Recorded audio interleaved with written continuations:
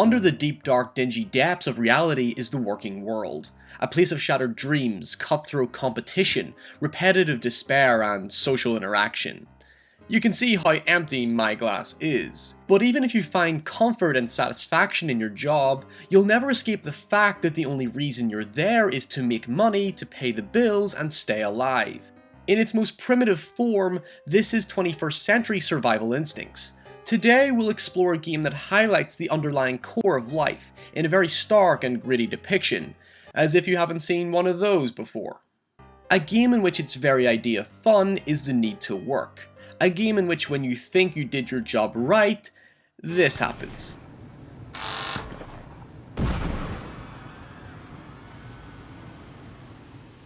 This is Papers, Please.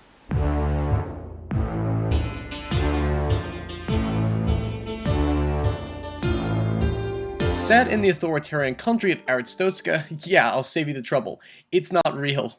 You play a low-level immigration officer tasked with maintaining border patrol by checking every individual's documents and ensuring that the information is accurate and thus approving or denying their request to enter the country. For each decision you get correct, you get a commission, and if you get it wrong, eventually they begin to deduct your pay. At the end of each day, you use the money on the likes of rent, food, heating, and healthcare, which is spread around different family members. Despite its depiction of a dystopian world which takes direct influences from the likes of Russia during the 1900s and even modern-day immigration and security checkpoints, in no way does the game attempt to politicize or comment on the state of the world. As a piece of social commentary, it's justifiably true that social and prejudicial overtones do make up a bulk of the game's narrative, but it's less about our perception of individuals than it is about simply doing our job. Almost everyone at some point in their lives work a tedious, mundane, and repetitive job. Everyone who's ever experienced dead-end office work or pressurizing customer-facing environments know what I'm talking about when I say that you have to be detached both emotionally and physically when attempting to perform even the simplest of tasks. These duties tend to be narrow-minded and objective-based because customers are simply just numbers, and paper is just as artificial and soulless as the demeanour instilled upon you as the servant of the people. You put on a fake smile, attempt to show that you care, before telling them that they can't have what they want because life is unfair and I am powerless to help you. But powerless isn't exactly accurate, because you see, despite having such a low-level, underprivileged occupation, you actually have a lot more power and impact than you might think. To put this into context, the game establishes the player as a grunt worker, a faceless, unimportant individual, and easily replaceable because of their lack of uniqueness or worth. But the fact that you have the power to control who gets through a simple gate has a lot more repercussions. For example, a person is just an object until they start pleading with you to let them through the gate to see their children, and the fact that you can reject them damages their personal relationships, despite the fact that you're only doing your job. Someone gives you attitude and you can make their life a living hell. Denied! Someone is amazingly nice to you but they don't have the correct papers. Denied! You basically have the power to be an asshole, but that tends to be the outcome for anyone who ends up in significant power. It's the philosophy of human greed and transformation. You're goddamn right. The deeper realization that you are the judge, jury, and executioner of your own desk means that you can exert a level of control, while on the outside you're nothing more than a servant to customer service. Incidentally, this makes the customer assume that they have dominant status over you, but what they don't see is that you're pulling the lever behind the scenes. Yet, even when you try to do the right thing, sometimes consequences are inevitably outside your control.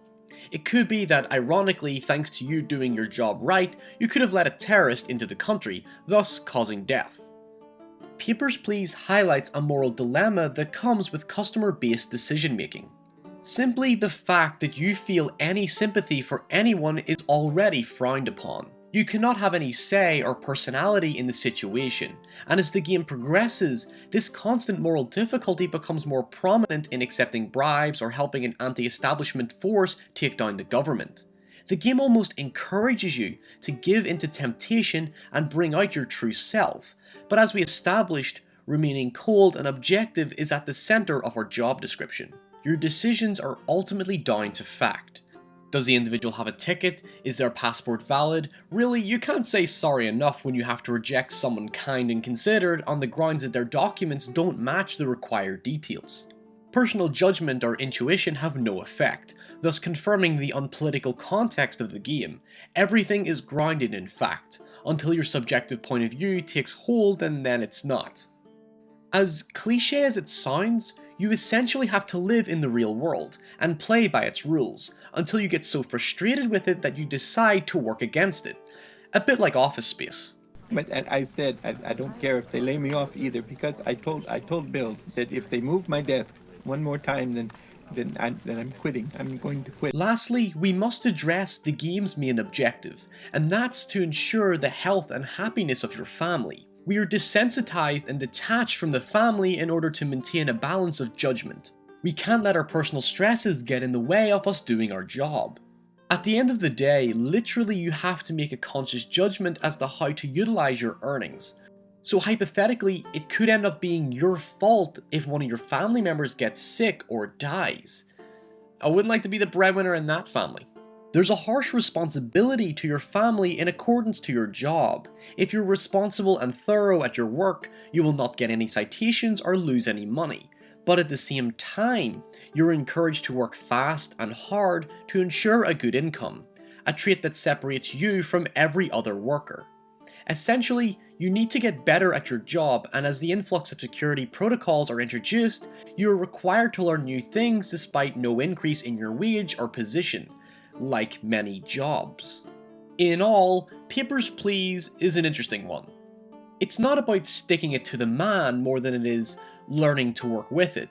Rebelling is such a youthful phase that many of us go through, but do we ever stop to consider those that just want to live a simple, happy life, or at least those who have to do what's needed to survive?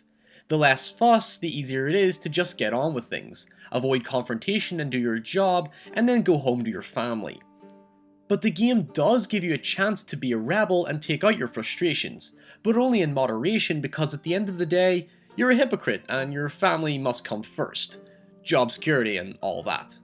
Sometimes trying to fight the power isn't all that worth it, especially considering you are technically part of it, with your own level of power to ensure that only certain individuals enter the country. Maybe it's occasionally best to take the easy route and just get on with the daily grind, because hey, what's the worst that can happen?